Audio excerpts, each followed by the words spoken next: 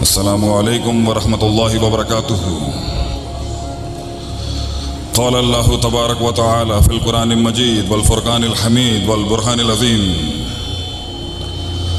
لقد من اللہ علی المؤمنین اذ بعث فیہم رسولا من انفسہم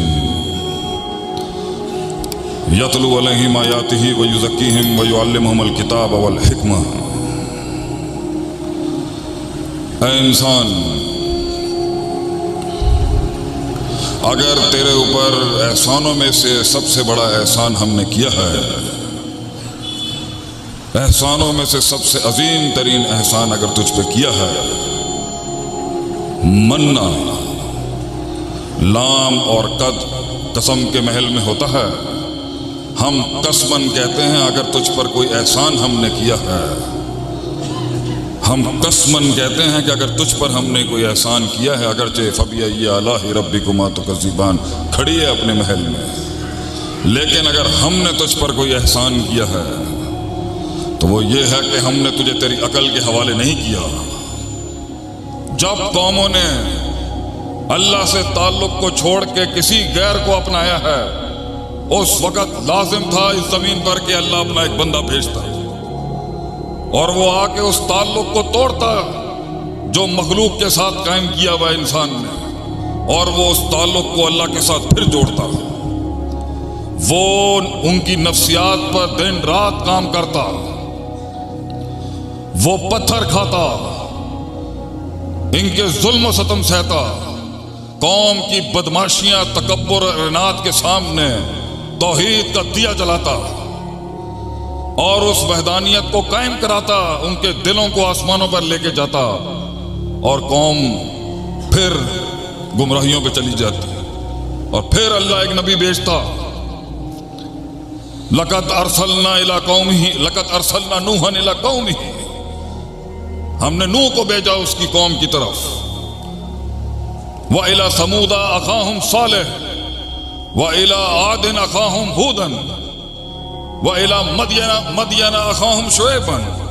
ہر بستی، ہر قریے کے اوپر اللہ کے ایمبیسڈرز، اللہ کے پیغمبروں نے دل اور آسمان کے تعلق کو قائم کرنے کی کوشش کی ہے، اور ہر بیچ کے وسیلے کو کاٹا ہے، ہر بیچ میں جتنے بھی انٹرمیڈیٹریز ہیں اس کو کاٹا ہے، ڈائریکٹ اللہ کے ساتھ تعلق جوڑا ہے، اور جب انبیاء اس دنیا سے جاتے وہ تعلق پھر ٹوٹ جاتا اور لوگ اپنی دکانیں چمکانے کے لیے آ جاتے، کیونکہ اللہ میں نقص تو پیدا کیا نہیں جا سکتا تھا۔ سبحانہ و تعالی عما یصفون و سبحانہ و تعالی عما یشرکون، پاک اور بلند ہے وہ اللہ کے اس کے ساتھ ایسی صفت جوڑی جائے جو مخلوق کی صفت ہو۔ لیس کمثلہ شیء، اللہ کی مثل مخلوق میں نہیں ہو سکتی، اللہ انسانوں کی طرح مخلوق کی طرح نہیں ہے، تو اللہ میں نقص تو پیدا کر نہیں سکتے تھے، یہ اللہ کو زمین پر لا نہیں سکتے تھے، تو انہوں نے زمین والے کو آسمان تک پہنچانے کی کوشش کی، انہوں نے شرک کے وہ باپ قائم کیے، اپنی سرداریاں، اپنی حکومتیں، اپنی پیری اور اپنی 2 روپے کی بنانے کے لیے انہوں نے مخلوق کو وہ درجہ دے دیا جو انسان کا نہیں، جو انسان اور اس مخلوق کا تھا نہیں، کیونکہ اس سے منجن بکتا ہے، ڈر کے اوپر کھڑی ہوتی ہے یہ فیکٹری شرک کی، ڈر پہ شرک کی فیکٹری کھڑی ہوتی ہے، باطل ما فوق الفطرت امیدوں پر کھڑی ہوتی ہے فیکٹری شرک کی، عذابوں سے بچنے کے لیے فیکٹری کھڑی ہوتی ہے شرک کی، اور گارنٹی پہ کھڑی ہوتی ہے فیکٹری شرک کی، اور وہ گارنٹی ان دیکھے اللہ، ان دیکھی جنت، ان دیکھے فرشتے اور ان دیکھی آخرت کے ساتھ چلنے کا صبر انسان کر نہ سکا، اس کو ایک آنکھوں سے دیکھنے والا خدا چاہیے تھا، وہ صبر نہیں کر سکا جو اللہ نے کہا تھا میں دکھاؤں گا کہ قیامت کی صبح تک ان عبادی لیس لک علیہم سلطان، ایک قوم کو تو کبھی گمراہ نہیں کر سکے گا، ایک قوم کو تو کبھی قائل نہیں کر سکے گا، اس دن یہ کائنات لپیٹ دوں گا میں، جس دن مباحدوں کی جماعت ختم ہو گئی اس دنیا سے، ایک ہمیشہ رہے گی جو تیرے تیز ہواؤں طوفانوں کے اندھیروں کے اندر بھی توحید کا دیا جلاتی رہے گی. تو نہیں ان کو آگے پیچھے سے نقصان دے سکتا.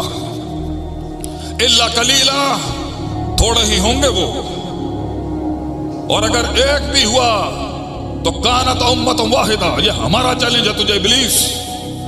وہ اکیلا ایک امت پر بھاری ہوگا پورا. اتنی قیمت ہے ایک توحید والے کی، اتنی قیمت ہے ایک توحید والے کی. تو اللہ کو تو لا نہیں سکتے تھے انسان کے معیار کے اوپر، خود اللہ بن نہیں سکتے تھے، تو انہیں سہارا لینا پڑ گیا اپنے علاقے کے نیک لوگوں کا، صالح لوگوں کا، متقی پرہیزگار خدمت گزار لوگوں کا. ان کی شان میں کچھ قصیدے بڑھائے گئے اور اتنا بڑھایا گیا کہ انسان کا ان سے تعلق قائم کیا گیا، پھر اس سے تعلق قائم کیا گیا. یہ ہے واردات کا انداز اور طریقہ صدیوں سے. ہم نے تجھے تیری سوچ کے حوالے نہیں کیا، ہم نے تجھے تیرے تجربات کے حوالے نہیں کیا، ہم نے تجھے تیرے شعور کے حوالے نہیں کیا، اور ہم نے تجھے تیرے نفس کے حوالے نہیں کیا. ہم نے تجھے تیری زندگی میں حق کے رستے کو ڈھونڈنے کے لیے بعث فیہم رسولا من انفسہم انبیاء بھیجے ہیں. ہم نے نبوت کے سلسلے کو وجود دیا. ہم نے اس ہستی پہ اس سلسلے کو، اس کی ابتدا کی، جس سے ہم نے بتایا کہ یہ زندگی کیا ہے، یہ دنیا کیا ہے، اور تو کیا ہے، اور میں کون ہوں. یہ تجھے تیری عقل کے سپرد نہیں کیا کہ تو خود ڈھونڈ لے. تو اپنی حساب کتاب اور ریاضی استعمال کر لے، اپنی ترکیب اور تدبیریں کر لے جاننے کے لیے کہ کیا ہے یہ زندگی اور کیوں ہے یہ زندگی.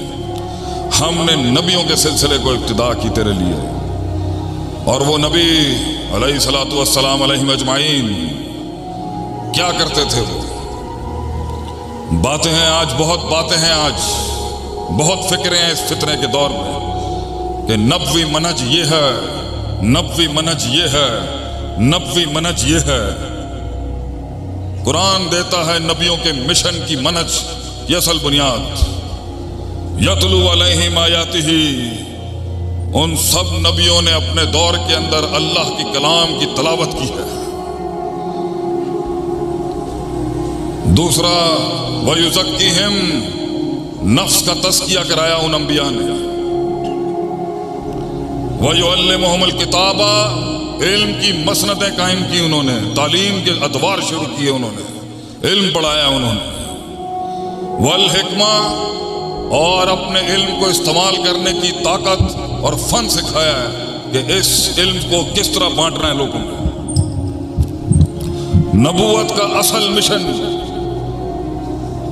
لوگوں کا تزکیہ ہے. سب سے پہلے قوموں کے اندر کی بیماریوں کو صاف کیا انہوں نے آ کے. امراض القلوب اور اوہان القلوب جو ہیں ان کے دلوں کے اوپر انہوں نے علم کی روشنیاں ڈالی ہیں.